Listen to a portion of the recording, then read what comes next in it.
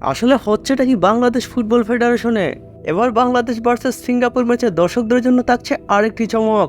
প্রথম চমকটি ছিল Singapore match শুরুর আগে প্যারাশুট দিয়ে আকাশ থেকে বল নিয়ে মাঠে নামবে একজন। দর্শকদের মধ্যে যখন হইহুল্লোড় পড়ে যাবে ঠিক তখনই শুরু হবে ম্যাচটি।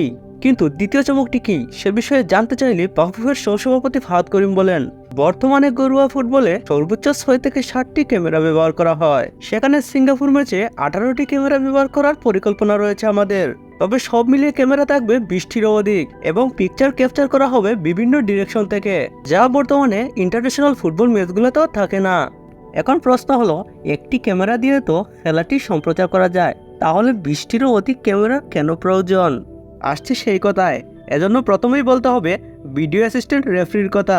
এই টেকনোলজি ব্যবহার করে অফসাইড, পেনাল্টি, হ্যান্ডবল বা গোল লাইনের বিতর্কিত সিদ্ধান্তে বিভিন্ন ক্যামেরা অ্যাঙ্গেল ব্যবহার করে সঠিক সিদ্ধান্ত নেওয়া সম্ভব হবে। দ্বিতীয় পয়েন্টটি বলতে হবে বিভিন্ন অ্যাঙ্গেল থেকে খেলা উপভোগ। গোলপোস্টের পেছনে, সাইড লাইনে ড্রোন বা স্পাইডার ক্যামেরা দিয়ে উপরের দিক থেকে কোচ ও দর্শকের রিয়াকশন ক্যাপচারে এই সব কিছুতে যেহেতু এই টেকনোলজিটি ব্যবহার করা হবে, সেজন্য প্রতিটি দিক থেকে পূর্ণ অভিজ্ঞতা পাবে দর্শকরা। তাই বন্ধুরা, একথা বলাই যায়, 5-7 ক্যামেরা দিয়ে খেলা দেখা মানে গলির ম্যাচ, আর 20 ক্যামেরার অধিক ক্যামেরা দিয়ে খেলা দেখা মানে বিশ্বকাপের ফিল।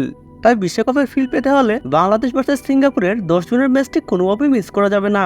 বন্ধুরা, খেলাধুলা বিষয়ক সব ধরনের আপডেট পেতে অবশ্যই আমাদের চ্যানেলটি সাবস্ক্রাইব করবেন। ধন্যবাদ।